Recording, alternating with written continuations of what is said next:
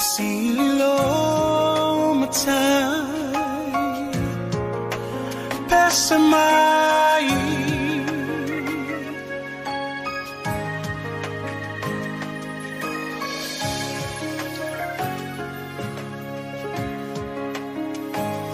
matango fie o ele ali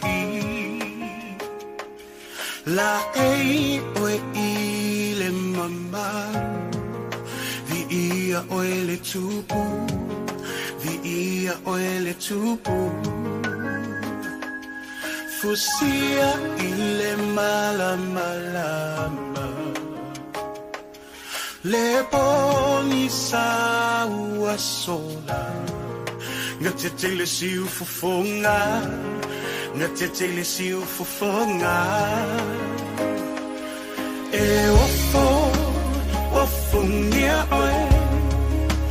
Bese mai e ofungia oe e lo mai e ofungia oe lo matai ele mavai oia e tu não faz Maile amatanga e oile ngata anga le atua toluta sipa ia tama le alo le ngata leona mata utia le mamwena fasia e ofungia oe elo ali esemai e ofungia oe elo amai e ofungia oe no matai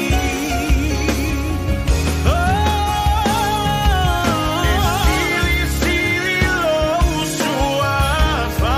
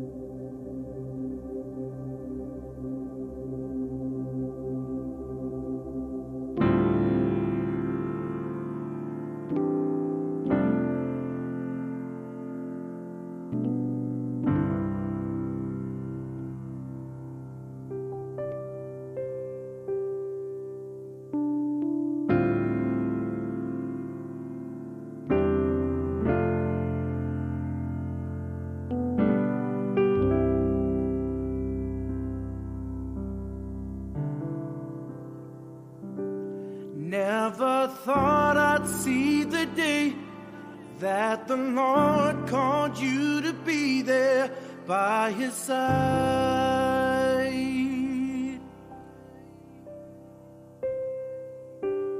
I can't remember a day when you weren't around. You were always there.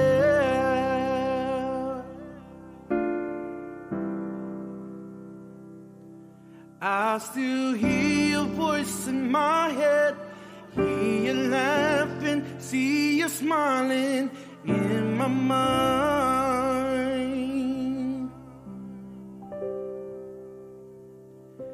And if I had the chance again, I would tell you that I love you one last time.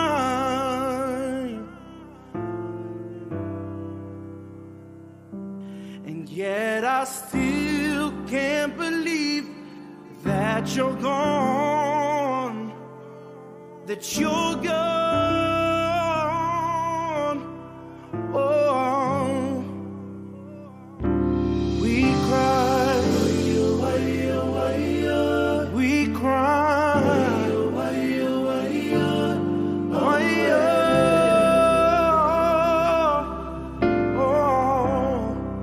we cry, we cry.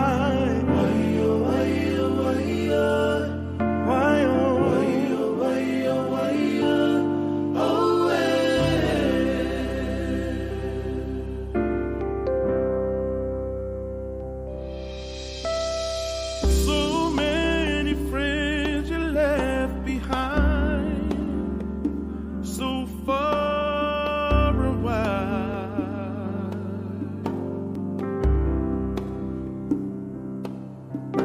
And once you reach the heavens, I ask that you remain inside, be our angel watching from afar. I'm crying now, just wondering why you had to be the first to fly away. Oh, just understand we'll never let go. Your legacy will live forevermore. Oh, we cry.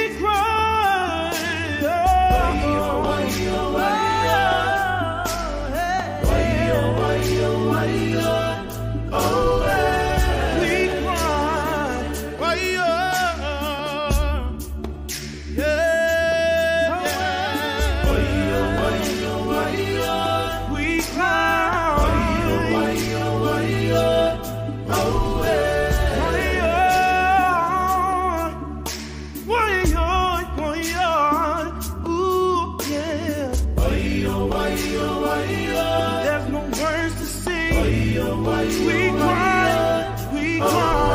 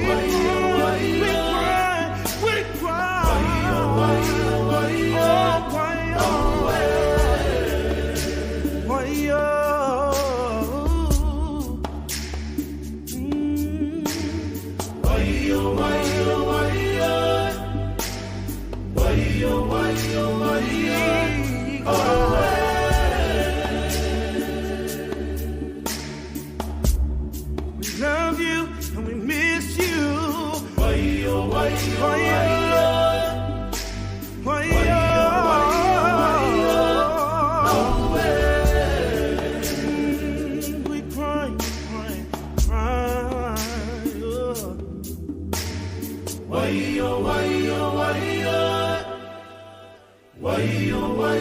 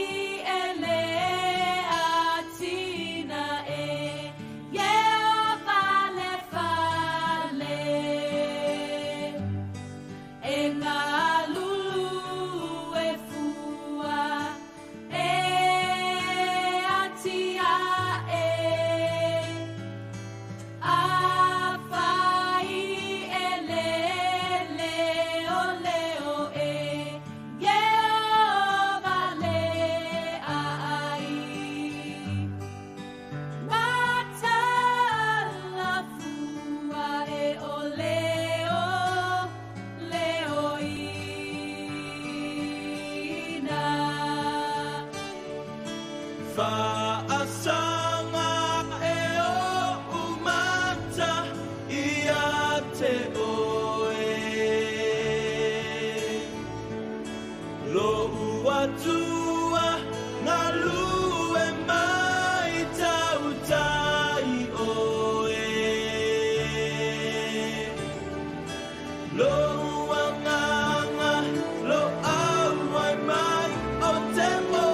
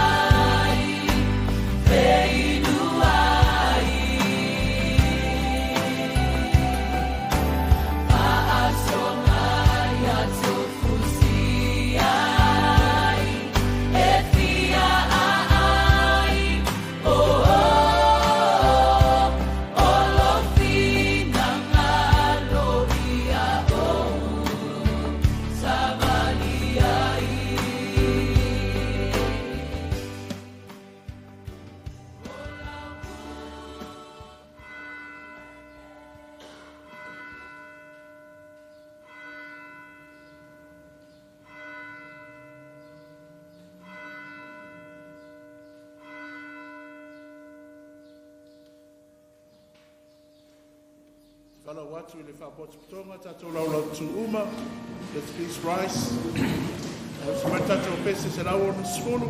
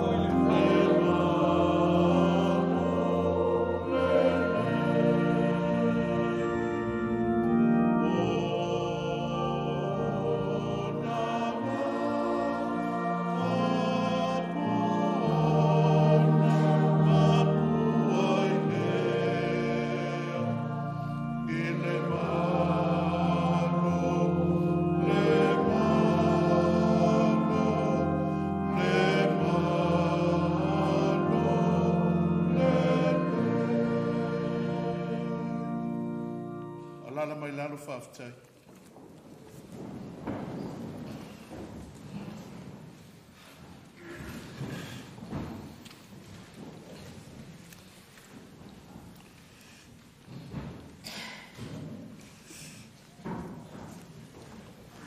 E le swaf pelo Yesu Keriso lo tātou wali iman malo. O ia o le toi tūma le ola. O te whātalo whātuai i le pa ia ma le malu. O la tātou sauninga le nei tai au. Whātalo whātu. Ia long whānau e whāsino le tina. Ia masani Lesa Faalaa Mua. Whātalo whātu fōi tauranga. Tangata lo tau ainga. Le sea al whāsinoti. Mai waikato waiariki le sunga ia taulasi.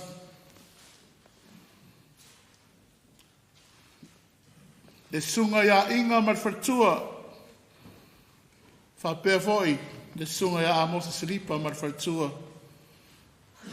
Le whaletua ia alo whaletele lo tātou whātasi le nei aso. O le awa i mai le sunga ia whaiva lo whātau tolia i ngasi o tino. Whātalo whātu fo i le pa ia mani mamaru mawalunga o ainga na lua. Iona tūlanga whāluperupe ina. Whātalo whātu. I le pa ia mani mamaru o Samoa wa awhia le nei aso.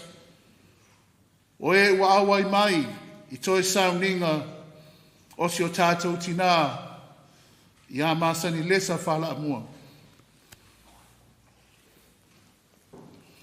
I welcome you all in the name of our Lord Jesus Christ, and on behalf of Masani Lesa's family, we express our sincere thanks to you all who have taken the trouble to be here today from near and far to support Masina Lesa's children and the whole extended family. And we extend to you, the family, our sincerest condolences. Our prayers is that God's love and peace will help us all to deal with loss and with our pain. Brothers and sisters in Christ, we have come together to say goodbye to our dear mother, Masina Lesa, who has died, to show our love and respect, to comfort those who mourn with sympathy and love, and to give expression to the hope we share through our faith in Jesus Christ, our Savior. Wa tātou potu mai le nei tae au. Tātou te whamawai atu. I lo tātou tina peleina o Masani Lesa Faalaa Mua. Tātou te whamawhana atu i le ainga whanonoa. Ato ai mlo lato. Tātou wole atu i le atua. Ina ia whaatasi mai. E tusa ai mlo nā lo whatu noa. Ina ia tafi e sea ai le loto nuti moia. I le suafa mamalu, tolu tasi o le atua le tamā, le alo mane ngāpa ia, tātou te whai aile nei sauninga. Whetalai mai Yesu, o au nei o le toi tūma le ola, o le whātuatua mai i atea, e ui lava ina oti, ai ola pēr ia. O le ola fwoi whātuatua mai i atea, e le oti lava ia. Jesus said, I am the resurrection and the life. If anyone believes in me, even though he dies, he'll live. And whoever lives and believes in me will never die. Tātou talo. Let us pray. Le atua lo whai. I taimi o ti ngā e mawai e mātou le whime me ai ma le mautonu. Mātou te ole atu ina ia whamā losi mai i mātou. I lo mātou whamoe moe atu le mana o le anganga o la wafio. Ina ia tawhi e sea le aopong sa o le loto whavauvau. Ai whātu mulia i mātou le file mu. Ma le mawhana whana o lo alofa. Whauina mpaptiso ina i mātou ma lava le mana o lo wanganga pa ia. I le swafo Jesu Keriso lo mātou wali. O mātou wole atu ai. Loving God, at times like these, we are vulnerable and fragile. We need from you signs of hope and faith. Through darkness of our sorrow and loss, we reach into our immense greatness, into your immense greatness, for the love that will strengthen us and the love that will help us face life with confidence again. As we remember the life of our dear mother, give us courage and hope and the joy which is deeper than sorrow and stronger than death. Open our hearts that we may find strength, healing, and peace. Let your peace support us here and everywhere, now and forever. Amen. Now we're going to sing our first hymn, hymn 19. Repeses fuluiva a peise vai tafe le fifi le mu. Ele lei leli. Tato lau lau tutu. To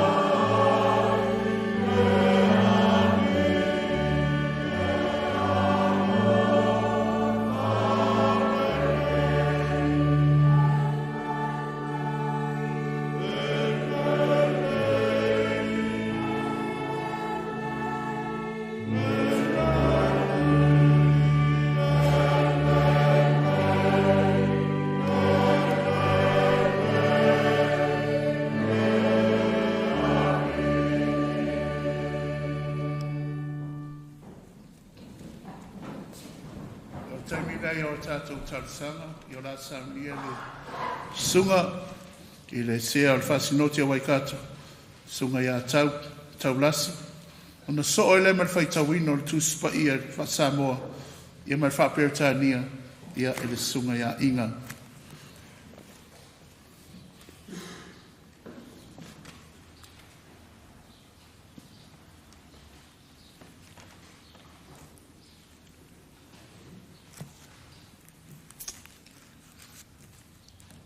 I fo mai lo wau, tātou talo le tua.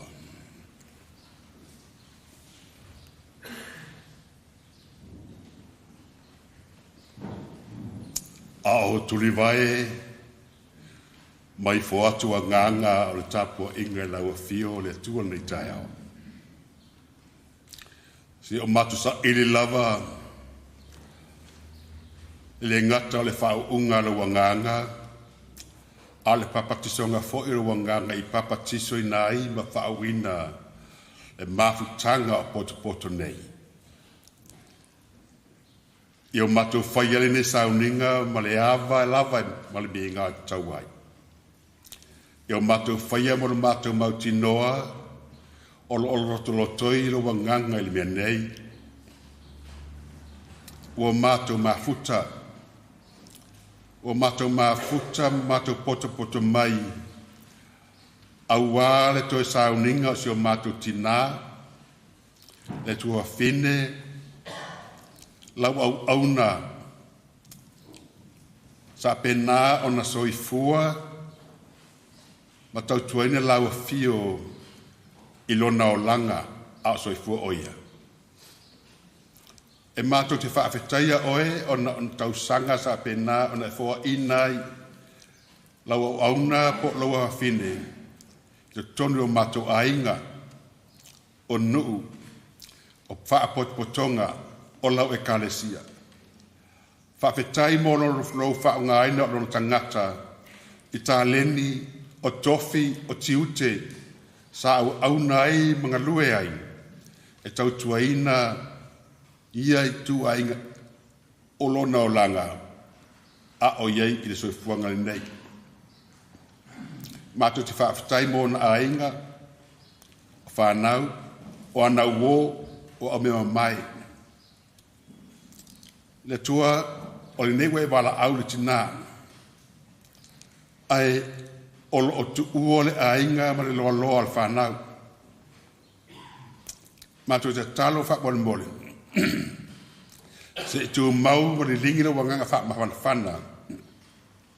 Ia i mātou umba wa pena o na maua loto whanua noa o na lau bala au pa ia i lo mātou tina ia lesa. Whamangalo lo mātou tina. A wale ei se mātou e atua tōna tonu wa sa o reo langa le nei. Ia iai le whamangalonga lau a fio sausawina. Le totol tama i māmo i le fasia a waso mātou le lenga ma oilo mātou atua. Ia mā ngalo elo mātou tina alu ia o ia. O ali whawhati a tā mbai tā pēnā o le whenga ia le neo langa.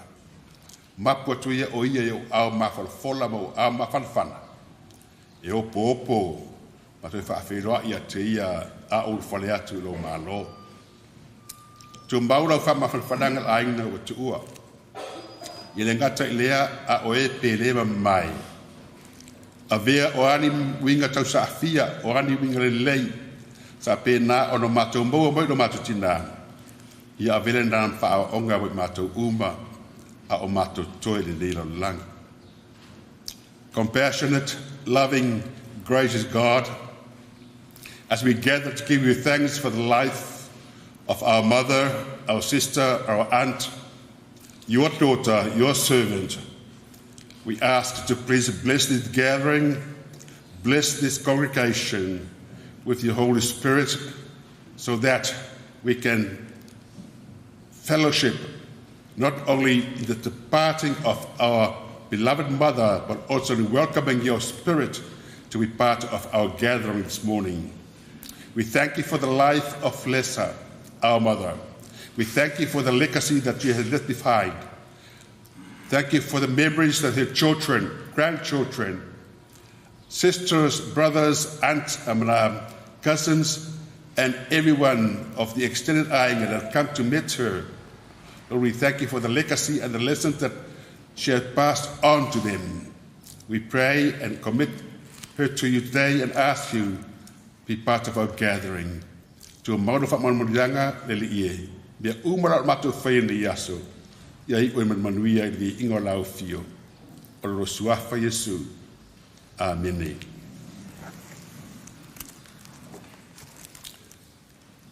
Ole whaitawino le whiu whaia le tua mo tātou na iaso. Whamare lui la sunga tau sauninga. Sunga whengainga ia Jeremia. E mana e tus pēmu mua lea. E o tātou tau loto whaatasina mai. Salamo e lua se furuma le tolu. Tātou sauni tau loto whaatasi mai. Salamo lusu ma le tolu. Ia o le lii. O lo le leo mamoe o ia. E lei se mea o te mativai. O te avea i le mea o ile wa mua. O te ta oto ai. Na te tai ia te au tawatafa wai tafe le mu. Na te whaafo isia mai lo wanganga.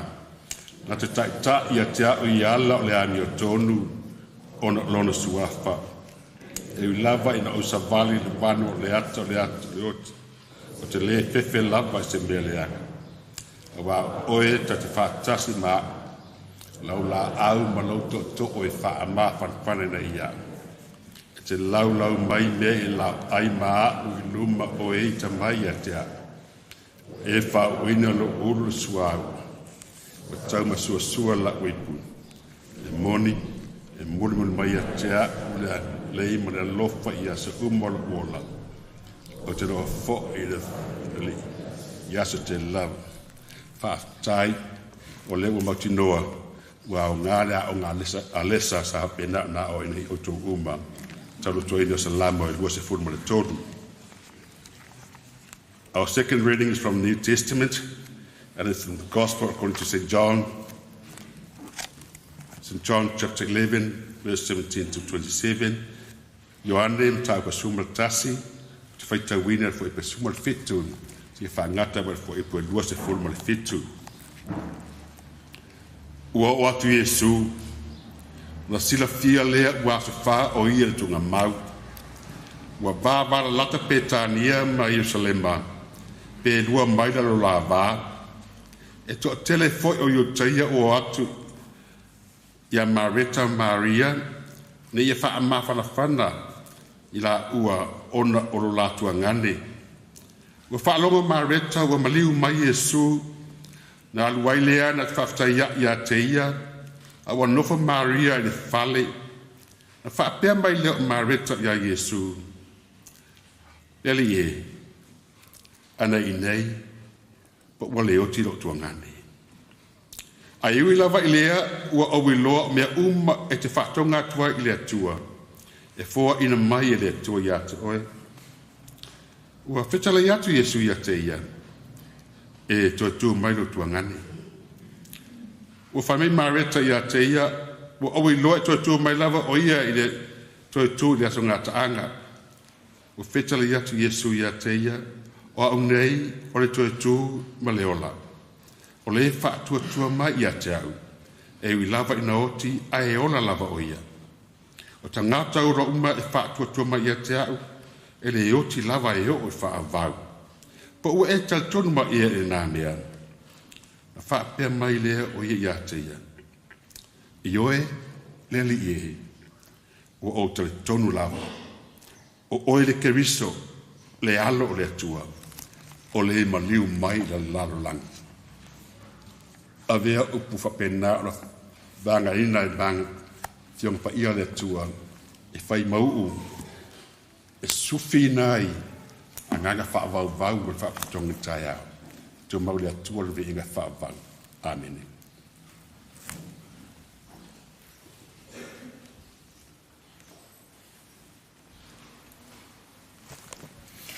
And in English translation, Psalm 23, the Psalm of David. The Lord is my shepherd, I shall not want. He makes me to lie down in green pastures. He leads me beside the still waters. He restored my soul. He leads me in the path of righteousness for his name's sake. Yea, though I walk through the valley of the shadow of death, I will fear no evil, for you are with me. Your rod and your staff, they comfort me. You prepare a table before me in the presence of my enemies. You anoint my head with oil. My cup runs over. Surely goodness and mercy shall follow all the days of my life, and I will dwell in the house of my Lord forever. We continue with the good news according to St. John, chapter 11, beginning at verse 17. So when Jesus came, he found that he had already been in the tomb 4 days. Now Bethany was near Jerusalem, about 2 miles away, and many of the Jews had joined the women around Martha and Mary to comfort them concerning their brother. Then Martha, as soon as she heard that Jesus was coming, went and met him, but Mary was sitting in the house. Now Martha said to Jesus, Lord, if you had been here, my brother would not have died. But even now I know that whatever you ask of God, God will give you. Jesus said to her, your brother will rise again. Martha said to him, I know that he will rise again in the resurrection at the last day. Jesus said to her, I am the resurrection and the life. He who believes in me, though he may die, he shall live. And whoever lives and believed in me shall never die. Do you believe this? She said to him, Yes, Lord, I believe that you are the Christ, the Son of God, who is to come into the world. May the power of His Holy Spirit help us to understand His words. Amen.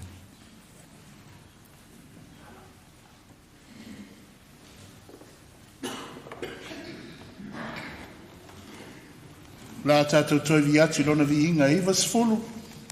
Ona tu atu lolo le avanoa. Ia waha ia mori mau, mori tina ia lesa.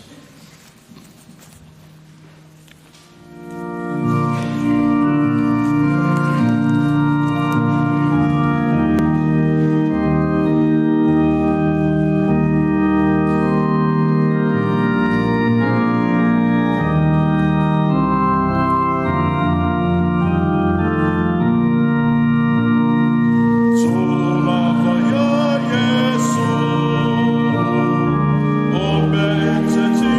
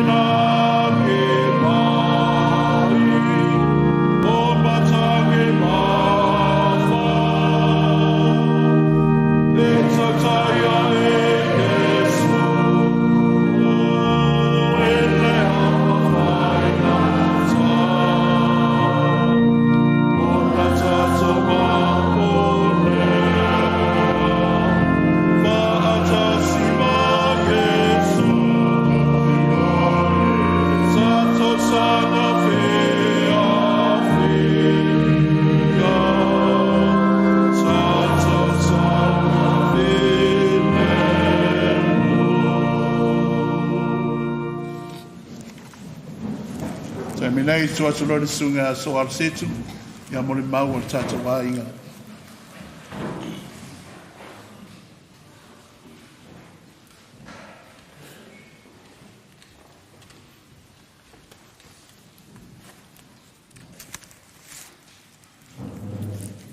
Nei na sunga tai mo la noa.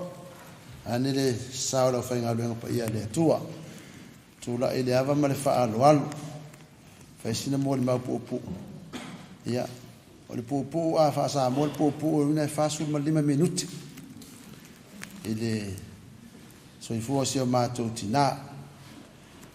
Pei ona tanga il porokalame. O le ingoa o Masani Lesa. O Lesa o le ingoa lea o lona anti. A o Masani. O lona fa Masani. Tasi le ka le sier mātou nu sa vaina le whakasa. E aina lea onga le whakasa sa whatu ina le mātou nu whanua ngō matapo'o. O lo tuwa ina ilifa lea onga. O lea onga lea sa ta o le whamasani. Sa ngā lua i mātua o Lesa o fui ma ela. Ma fuanga le ngō masani. Au le ngō atoa whamasani. Tari tonu e mori maule sunga whawhenga inga ia a mosa. Wa aro whanga iwe pe alama le po kalami ma lua le whamasani. Ia. O le neitai au. Ia e mita whai a ele a nganga ono o le amana i o si o mātou tina. A mata mai le wasenga o sāle vi. Sunga tai ia o le whaifi au le a lo matua. O tau. Ta si le whaifi au le mātou a inga mai sa wa.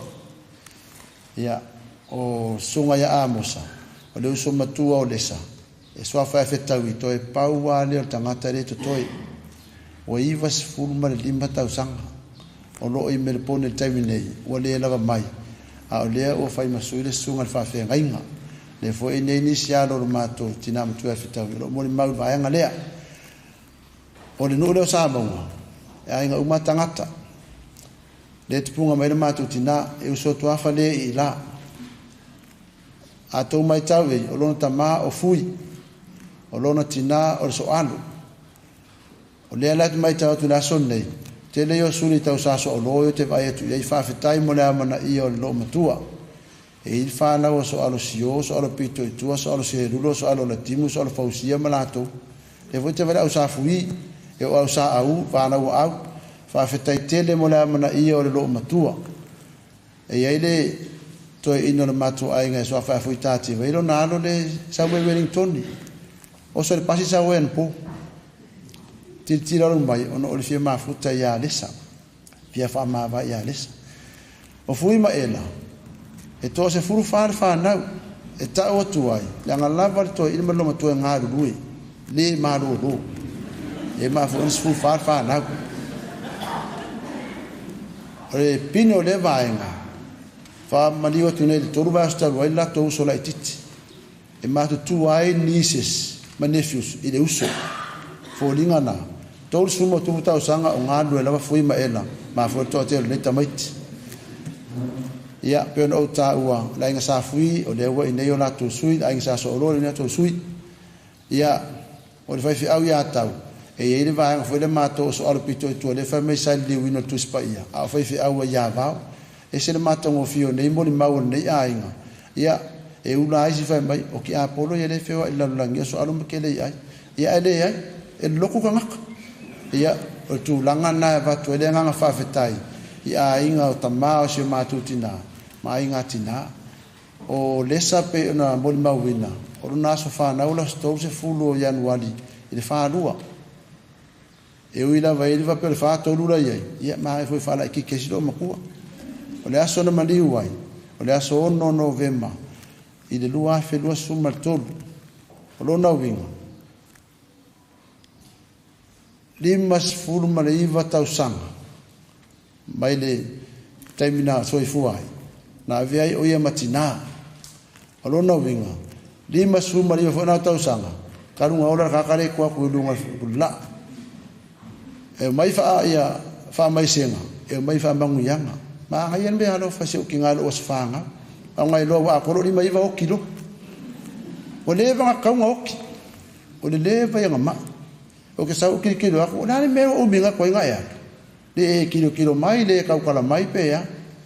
ina ua maliu lona tina o ia sa ia si ia lo matua yo na lima maliu lo ela si de atu la kala ela fa kumbia kala mulia ka puanga ma or ka posa o na uso le Lesa Faalaa maliu tu le toru basta wai maliu le kensa lo ngawinga ma fa kadia se ia luka posa folo klo mo ia fa kadia fe kawi muli ba ko fe kawi ko koi o le tu langa le ba tu le nga fa feta le yaso pero o ta o fu fa na o le nga fia o lo mo mawina o mai suli o fa na o ne ya a fui ma ela po o fa na o so to fa tu nga ne o lesa ne yaso e matua le li eno asa eni le mo maulon ta li ana po so e malta mai ta ya sina le foi va nga sina nei o fui lano le sila tu onto ngani fui lango lo nga finga mai kai le wala ko ro inga fa fi aule ni wele nga wala fa sa nga po e pasi e maliu lano fa tu ase fulu ta sanga wala ona vele wala se mato to fine matua wala ikira kuma kai mo ngam kale kan ma ko fanga ngalai le ala wa sawa pe pala ma inga ya Yeremia wa fa yele o ki o le sai ai misi la falsara yo e to ono mato ya wa we matua bo ila to o fia mala malama ile fa peretania fa malulu wa to fa sa mo pela mo ma ai mana o te fia mo fa amal malama ngam translation from Samoan to English go see my wife at the corner there. Fa fetai ya ingo si to lua to lo fa fetai a ingo to lua sa bonga fa fetai a ingo to lua simbeona along koru le along fa ya kuka fa fetai a ingo to lua kuka ya kaleta ta posare matu ai fa fetai ta le mo ka tinga ka kinga ya mes ya a ingo le to luo matu tu fila titi aro wena po moana fio ngai au pepe lea fai mai lima le la man kau se au pepe ya le sala kau singa ia pa le fai ber mu sunga nga do mo ko ya ngai kau singa ole o ngai ia o le nganga fa fa nei yasu ina o mai le ola nga o ngole sa ia pia sa no formato ai ngai anyway to ina no atu pai alo to na si vai ya o ina o ngai marai no ole kolisio sa mo kai fa ka wa makanga ia la fip sa li mafikunga marai ngo o ia fa fikai o le ngo o le mo kor kolisi pe ka sa pe lu ka sanga ia pe nga kuli foi pe nga iu ala nga kolis fa fitai maftanga skopa lo mai ta wa tolo ma futa mane yaso lo ko manga kuringelo o makua so ngal peleskenge mo sui makua ia e foi bol ma wingar ka ko wa fia le ala mai kele ai kini ma mala ya desa par fi ore sa ya kele ya ke po ang fa ngo fa ya des po fi so le akor sa mga pe ali le pu na umre salai fa fa di kele ai de no fo lo maku ke nga lo ko mo ko ka ka ai lo fa ya ke o pa anga lo matua ya le ngata on ainga ya mai so tau ainga o le su mai matu ainga sina monga au pek e tu nga matua ma de no ya tu pa I falangi o maliu fa ingoana or ko ngangi fusukangi le olesa e ka ue a inga ro olesa mar ko inga le au fusukangi fa kuna le ngai foi fa la ve a inga e fia fa la ve e ko mo ma fai olesa ele fa pe vai sesi o misa pe fa misa stangata pa ur ka ka fa misa ilesa o so rupe e ile vi e ku kalango ma ko fali ke do mo fia misa fe le pe por pe fa fa fikai ai ngo so lupe o vramba nge yasu ida ngal le o le vango ke so lupe fa e ka sa po dim ale ko ke o maia fa fikai kele le ro fa ma ko kinga o le ngal fa fitai le yasu tu la e twaia e maru le ka le sia fa fikai kele mo le ka le ingo le sa ko mo le ka le sia ai me so ko wa se singa kai mi o fa ka ko dia o le vanga mai o le suka o le ko ma warunga o le maroro ai masi o kele fa ma e mo lo makua o isi e wingo lo makua fa ra ngaka o le me fa mo nga fe au mai lo nga uso e lo nga uso ka po sa ngo fe ka ngaka o lo nga uso ngo fe amerika a vide kula isa va isa mo e kai mo kele fongi len nai fo nga Ang Lesa, ese ka Lesa peka. Ang sawa alo ko upu ko ku I aru fa nang kanga me. Fa Lesa. A fe mai lai vidi me lo so e fa mo kanga me lo. Ia a ko mo pawada me fi finga fa kanga me. Ingo o mai ngi usila. Ua makan kiri ang grandchildren. O ida nga ru kai me Lesa. Ma umoro lang fa ya o nga pe nga sa fa ya o nga sa mo o mai ngi. Fa ya o nga Martin Hotos. Ia ngi si fo yo UK. Fa kai leva ka wa kule la mai ia. Ma recha ma iva ia mare maru Martin o isa ko e fa o le ya o nga Lesa ngo mai ngi usila. Uma o le aonga, sau fai aonga lang whaanga o le whali. Ako ka ngai le whale sa ilo makua. E pese poku aonga I charge whenga, lai fai aonga lang whaanga. Peo ku langa ngai whaanga long kaere mako tinga. Ia, ona o le tāle ni fai aonga. O le fai aonga le sa ia. O le upu mua wha pere tānia na oua o ina tau na oua aonga. O le IM, e ilo makua ana o le kolombe ngimi, rau paia. O le upu mua ngara o mero mako kia upu ingilisi. Ai sau le sa, le whale. Au mai kama api foi ngari le kusi alfabeti donga e ka use mai kama kusi upu mai e a o ngala o ingilisi fa mai da se ufa ka a makari e a sa le upu kusi desa o le admire from I am to admire man ana no pa mama o kila le va wo so lo mako so ia masalo nga umo lo le admire o so sa kama se ile en male wai upa langi va venga lo kama se o le no mane yes o ia de ma fainga ngalo ia e ufunga pe o le first impression last I kai me pe ko a fiko ka kausa nga pe ia ai le ma fainga ngalo u para mo bonga o mai fa singo maro kinga e fa nga a pile kusi fo linga yo langa faia onga ia dar kai me o marka ko lo ko ni fe ia le fa mai fe ko e ko la mo na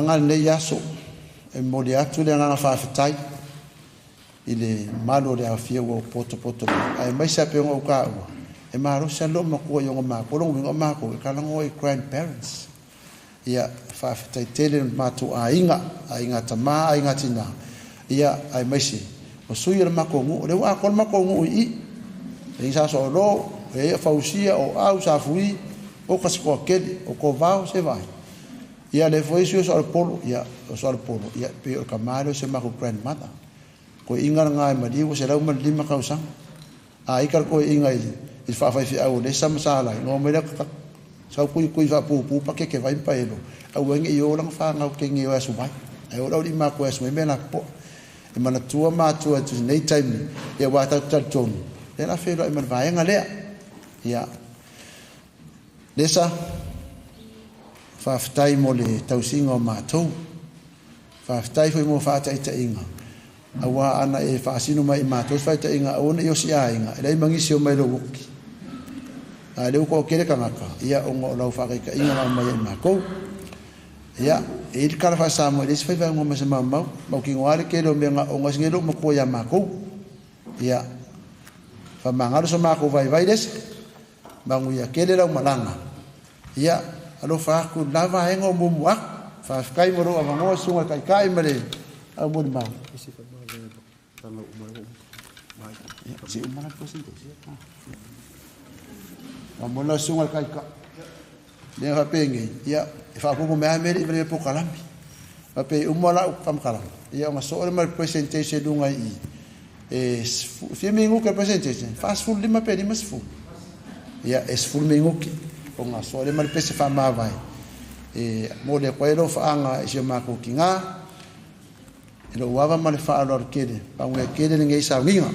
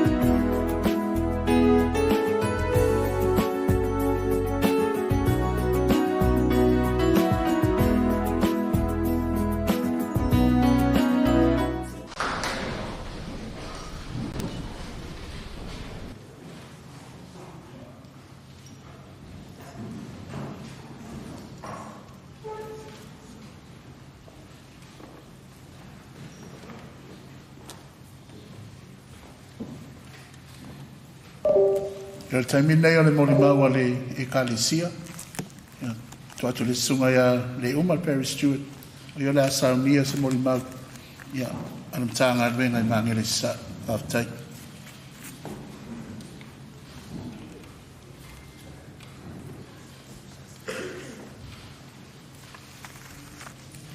Vivi ia tu ia o tau ia Iova. Au wae le lei lava o ia. E whaava vau lava lo nā lofu. Tula i le anganga whaaloalo, whaafeiloae, i le pa ia o le sauninga. Susu i sunga i whaafeangainga, ma o lātou whalitua.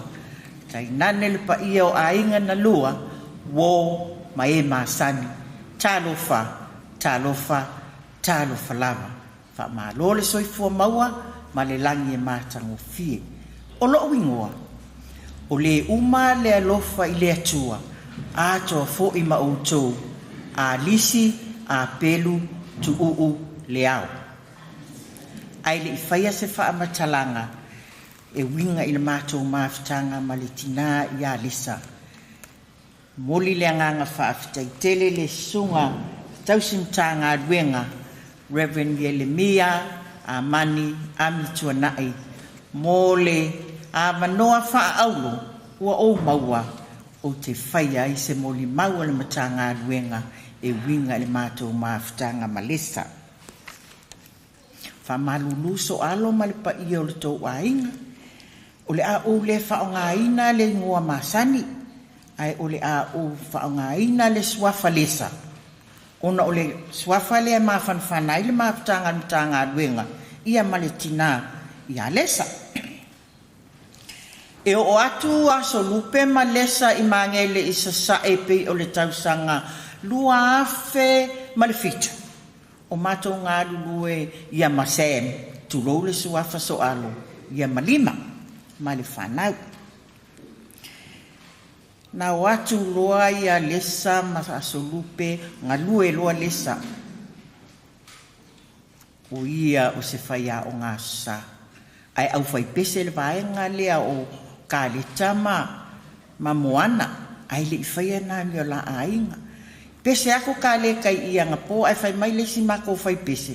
Ma ngai ale ia ka le ka lolo ko i. Ka le ka o lo o abanoa le fall au fai pese ma nge le sa e mo oe.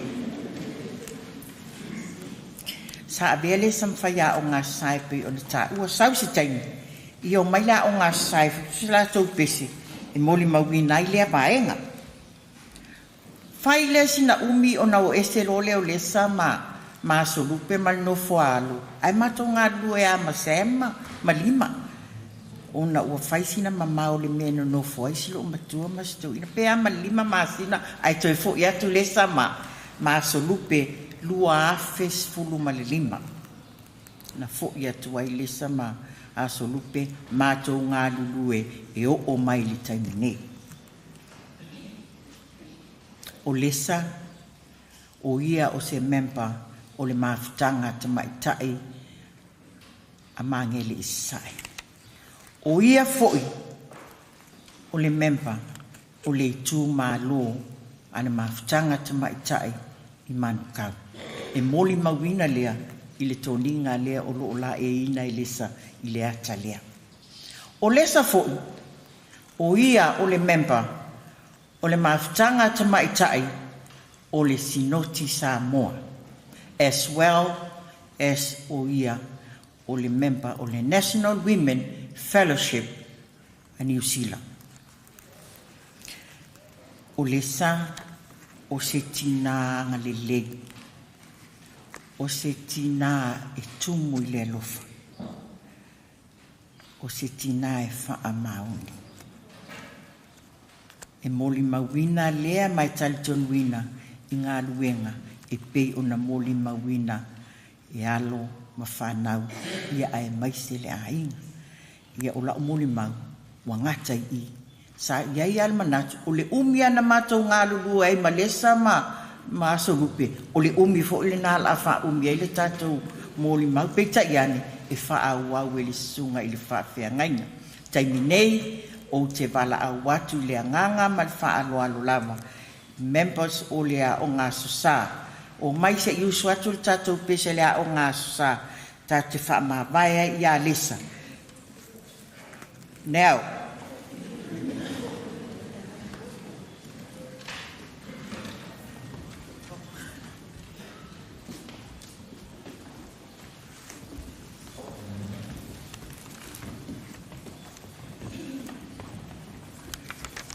o e whaatali mo le ali i whawhaitanga. O e whaatali mo le ali e whawhowina i lato e whaloa loa apa pe o a e to e tau whetu lia le vai vai e sawa vali saunga le mu e la vea i mai le ali o e whatuatua O e whātua I le ali I e whākowina I lato e whātino a pa au pe o a e tau whetulia le mai mai sa wawali saunga le mu la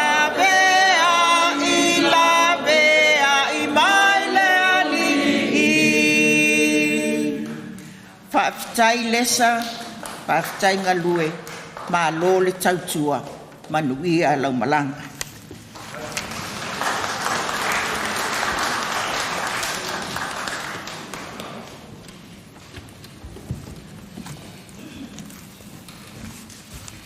Whaafitai atu I mori mau mātango whie, o lo tātou tina I a lesa, I a wālon sauninga mori le nei aso.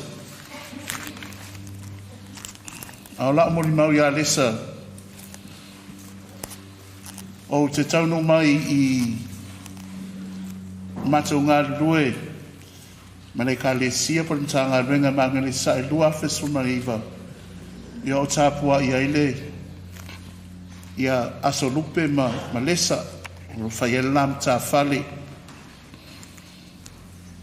o le tina fia ruatu le lotu ai o le taimi lea ua a matafoi o na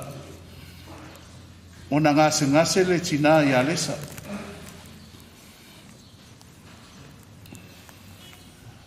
E le umina matou ngā lue ai pe a malelua po le tonu masina ai maliu lortama I a solupe. Na mua maliu le atali I o sa maunga, le alo sa maunga, so ala sa maunga o Westfield. Pe va e le tolu pe fava yaso ai maliu ia masina maliu ia asolupe o inana o vai ai la wasia siatu ele tina wa vave lava le ilona la faino ia ngase o le dementia sa mawai Fai lava la ma asiasi pea, ma te tai lava ma le toa fine ia kaleta ma le o lana uso ia moana pe o la ua ia na ngawhatau li maina le tausinga o le tina. I le telo taimi, ia whatasi ma lango lo la tua ai ngā toa. O te vai e swinga o le tina, mai lea vai taimi. O le tausanga lea sam whai ona watu lesa I le lotu. Tausanga mua. Sam whai ona watu, ia mau mai. Vai a fōi ia winga o le mai. Wa te tele lava. Ma ua po ai lava ina le tō mawhai ona toe lava atu le tina e sa minga. E sa whai pēra ngā ruenga whale o leo maa moe le ka le sia. Ia ole o mai leo fa mantunga ia samo mua. Ai ma se foi le asi o tina. Au te whaftai ai fo ia ino tō ainga. E me se lava ia maa fine nei po te mai ta tō whawhine. I le longo atu le whaiwhi au I taimi uma. I le ngase ro lato tina. Longo na lava le loto whawhitai. Wa tele o nisi o e ka le sia mau lotu tangata le lotu. Pie fefe tau I whaiwhi au ia. Pe a ngase tangata o lato aino na I fefe me vole le ki o sa whaiwhi au e kua kuil kupe. Ai lo le winga na ngā renga whale o le mamoe. Ngā renga whale o le mamoe le ka le sia. Ia o ngāli longo mai le whaiwhi au. Ina ia te talo le whaiwhi au mare e ka le sia atua. Mō le ngase. O wale e ka le sia le tino o ke riso. A o ke riso o le ao leo le ka le sia. Le whaftai atu ai. I loto ainga. I loto amana ia ina. O le ngā ruenga whale o leo mamoe le ka le sia. A wale tau tina. Ia le ngata foi lea. A loto ainga atoa. Na ili se aso lea na uru atu ai, te iloa ulo mantu ai. E moana mkaleta. Ai, tala mai ia nai teine. I winga maa lia ole ngasi. Ola toi fai mai le aso lea. Lau sunga i remi. Wa e sal mai la wa le tūlanga le ngasi ole mato lo mtu. Talo na mato ma futa mai martina. Ma tele whaalongo ina se upu masoa mai ate. A lewa ma oka. Ua matu ese le ngana longa ngana mai o ia. O whai ati aka leta ma moana, vai o lu. E whapia nā fo isi o tamai maua le mai lea. Taimi o mato ma futa, taimi o ma losi. Te le whalongo ina o lau vale pe tongi mai se upu masoa iai mato le whanau. Ara taimi nei lona mai. Oka, e whaile mato lotu pe o taimi nei ati leo na sau. Mato tala noa le manai, tamai ta imo mato tali e. O whai ati iai. E lei loa po o. Le taimi o malo losi ia. Lo tau tina, e whapea foisi o tama. O upo ia na whianga ngana ma le taimi lea. A o lea tau fiofi te tono le mawhauwha. Lea la ua o le taimi. E mai, ia lea la ua. Fiota mai whafole. Le anga ia le ia upu ia sai ton o matou tala tonga ma matou toto e ma ka leta ma moana e winga nei ngase sa tautua ai mo le ainga ai mai se sio la tautina tasi lea ivi no fietala noa e ana po e tau ave. O awa onga le lei, ma le lui tau na tu mai a te outou, i tau sanga ia, na ngase e lo tau tina. Tele ni mea le lei, o te ilo o tau a o ina mai, e alai on sai ma le whapalipali, ai mai se whaiva tau si matua. Pei ona sau noso alo le aso nei. Fetalai so alo. Sa tausi lesa i lona tina na umale ola tina i lima o lesa. Ale an mele wo ia lea fo i wa faa wa lana whanau i a teia. Mone ai upo mea te fua ina atu e toi fua ina mai i a te oe.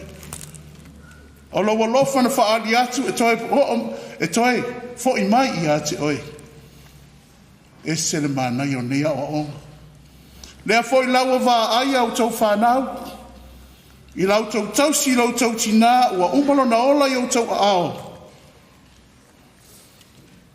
Oka se mana i. Ne nā o onga.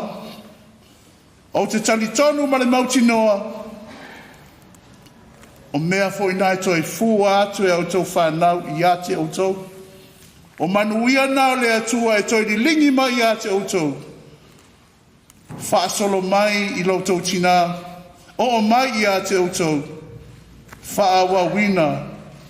E autou whanau matupulanga whai mai a loutou ai. E le selu atu. A ia whaawaunga luenga le lei. Whaawaunga luenga le lei a se outou tina. Ma i o tau wola ai, ma tutupu ai. Wow, leo waru nga o tau lo tau malanga o tau mato oti. Lai whetala Yesu. O te letu una o tau mato oti, o te sau i a te o tau. Waru lesa. Au watu i a te o tau wana o onga lelei. Her legacy to be continued. Ia tau avere nai whai mo tau waso le tau malanga. Ia mana tua pe o ia, maa salope. I la o tau mafutanga, pe au tau mafuta. I tai me luta, ia le vasa, ma sau te tono lo tau ai, i au tau manatua ngā luenga au tau mātua. Ma ia tau iloa, whai mai sion resili, o le mea sili, ua ia te i tātou le tua.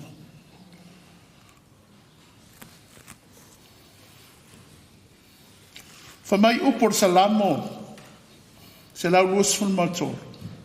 O Iova o lo'u leo mā moe o ia, e le aise mea o te mativa ai.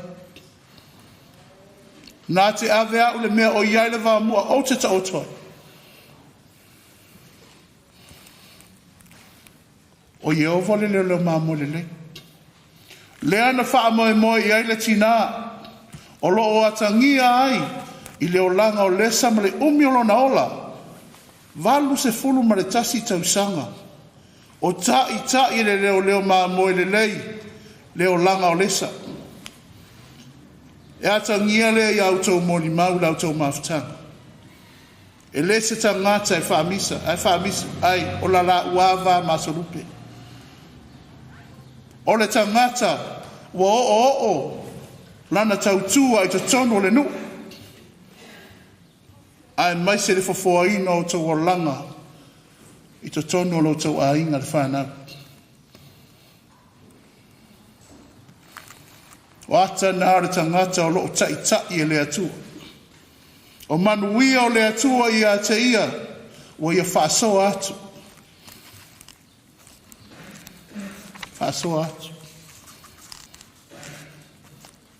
Whamai upor salamo, tātou whaalongo i ema tau tau lotoina.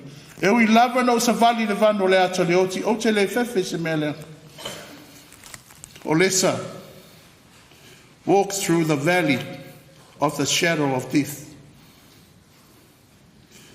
And she did so with grace, courage, and unwavering faith. Rona winga o le taimi lea, na maua i oia i ngase o le tino, taimi nana sa vale i oia, i whainga tā ma popo ngā leo langa. Aia, a wala mai i lana whanau, le to. E wha mā whana ai ma tausia le tina. Wha pē nāna whina ngā lo le atua. Some people, they think that God will have a direct intervention to touch them every time they pray for help.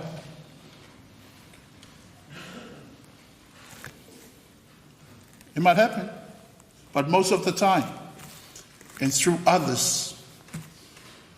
O le whina ngalo le atua, ma le tali mai le atua ia i tātou, ia mai isi tangata, pei o lea. Wa tātou moli mawina, i le taimi o whea ngā i lesa ma popua ngā o lona tino. Aia, a vea le whanau, e whai ma to o manga o le tina i le lātou tausinga. O le atua o le leo mā moe le lei. O Yesu o le leo mā moe. Le whanau o le leo le nātou te to o manga i ai le taimi le nei. I le ai asi si mea. E leo mea o le lalolangi tātou te to o manga i ai. Wana o le atua e leo. Ma fōa i a te au taulo na manuia. I taimi tau te tai ai ma whainga tā. Ma le taunga māli ai leo langa. Ia. O te ilo fo isa iai ia fili o lesa. Tangata sa le fia i a te ia. But God set the table in the presence of her enemies. Na ia lau. Mea i luma o e ita mai i a te ia. Aia, whai mai moli mawanisi. E le ai lava se leo e. Po se loto lesa i fi whaamisa i sisi. Aia, lana o loa fio i le atua i lana loto. Le ono sa ia mea ti ngā mwhainga tā leo langa ma mea whaafsang hai mai. Ai wha mua mua le alofa le a inga malana tautua. Wha matua a wale manui o whana.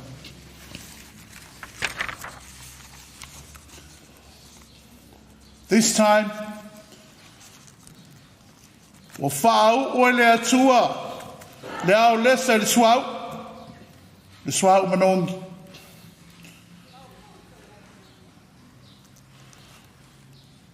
Wa nofo o ia le fale. E nofo ai e whaavava. O le wha moe ola leo i tātou. Tātou te ola le nei o langa. Ta ina i tātou le leo maa moe le lei. Ai le wha moe. I le langi. I le ola e whaavava. Le watu e isi o tātou tina. Ao oe maa. O le whamoe moe ola leo tātou. The living hope. Jesus said, I am the resurrection and the life. Whoever believes in me, even though die, will have eternal life. Le winga le tala Yesu o aula toi tu ma le ola. O ai se whatua tua mai ia tea. E ui no ti ola lava ia. Se whaataita inga lea. O lesa, o te iloa ma le mautinoa. Sa ola o ia mo le ari. E ala nana tau tua te tono le a inga. Tau tua te tono le kalesia. Ai maiselo na no. Tala noa maisa o alo ne tae au. Fa me mana oro na a inga toi ave lesa i Samoa. Mana le a inga atoa le a inga poto. Sei fai so la tau sao e ala le tau tua artina. Le tau tua matavela. Ai sea sa fa muli a te ia lava molona a inga. Le tato fa longo il po en po. Fa na wale sa to se lau mon tupu. Ai sea wo o iai le alofa malanga le leo ia. E mana tua pea. Lea. E ola na ngā ruenga. E ui na oti. A e ola pea. Ola pea ngā ruenga le leia le tangata sa taula i le atua lana ola ngā lui malana tautua. I am the resurrection and the life. O le toi tua Yesu, wa fofola mai ele ata a toa le wha moe ola o le tangata kerisiano. A le maatuli manu fo leo lo tātou whatutuanga wha kerisiano, o le toi tua Yesu. Wa ana le aise toi tu, tātou te le whapene. Ana le ai fo se sa tauro, e le aise pale a li o tangata e le ola e whaavava. Le taimile nei, a tātou whaawa wina le malanga, i le olanga nei, ia iai lo tātou whaamoe mai ola. I le ola e whaavava wa uma o na wholofoloina mai mō i tātou. A o tātou whātou whātu nei lo tātou tina. Mō tātou mana tuana ngā ruenga le lei. Ia vea upo ana a fionga wa tātou taulo toina le nei aso. Salamo e lua se fulu mane tolu. Wa whetalai ngā Yesu o lo i tonu o le Ioannes fulu mane tasi. E ta ina ai tātou maa vea e sufi ai o tātou langona whanua noa. Ona o le mawhtanga o Motsia Martina. As we say goodbye to Lesa, let us cherish the moments we share with her. And may the words of the scriptures in Psalms 23 and the promise of eternal life in John 11:25-26 be a source of strength and encouragement as we remember with love and gratitude the life of our mother. Masani Lesa Faalaa Mua. Whanau, ia whaatasi le atua mautou.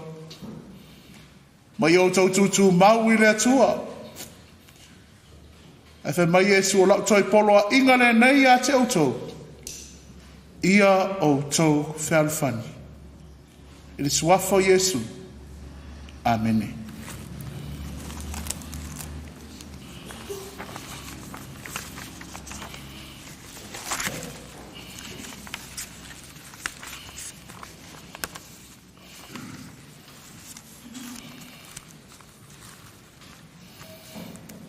The Apostle Paul said, "For I am certain there is nothing in all creation that can separate us from the love of God in Jesus Christ our Lord." Whai mai le apostolo Paulo,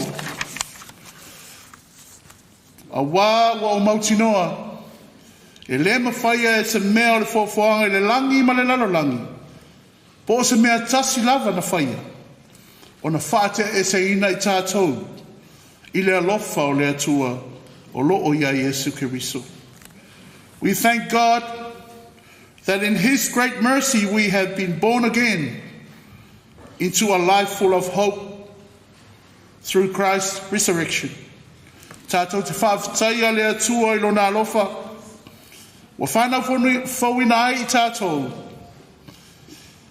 e le whaamoemoe o le ola, e ala I le tuhu manu malo mai o Kiriso. Tātou lau tutu.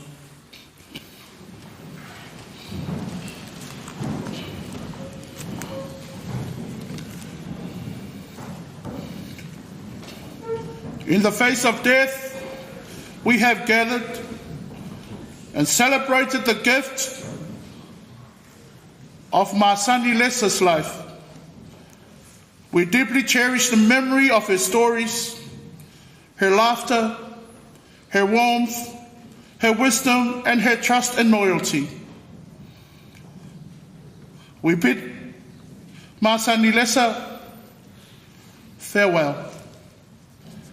May the love and friendship we share, the comfort of memory, the power of love, fill us with all strength and peace, that we may greet the breaking of tomorrow's dawn with praise and love for one another. Wa tātou whamawai atu nei, ia Lesa. Ia vele alofa, wa tātou mafuta ma whāsoa ai I le nei aso, e sufi ai o tātou langona. Ma le mālosi o le alofa e whaatumuina ai I tātou I le loto tele ma le file mu. E mawhai o na tātou au lia atu le malama lama o le asa fau ma le lumana. I le loto whawhatai ma le alofa o le tasi I le tasi. Amene. O le a tātou whai ulona vi inga e se lau tolu se fulu ma le lua. A o le whai upu mori moli o le pese lea. I ona su mai lea o e ave inga le tino o le tātou Paul Perez. Ia tai ina atu le tino ma liwa lo tātou tina. Ia wā ia le tātou nona whai lau singa I Papatoe. Po le manukau cemetery I Papatoe.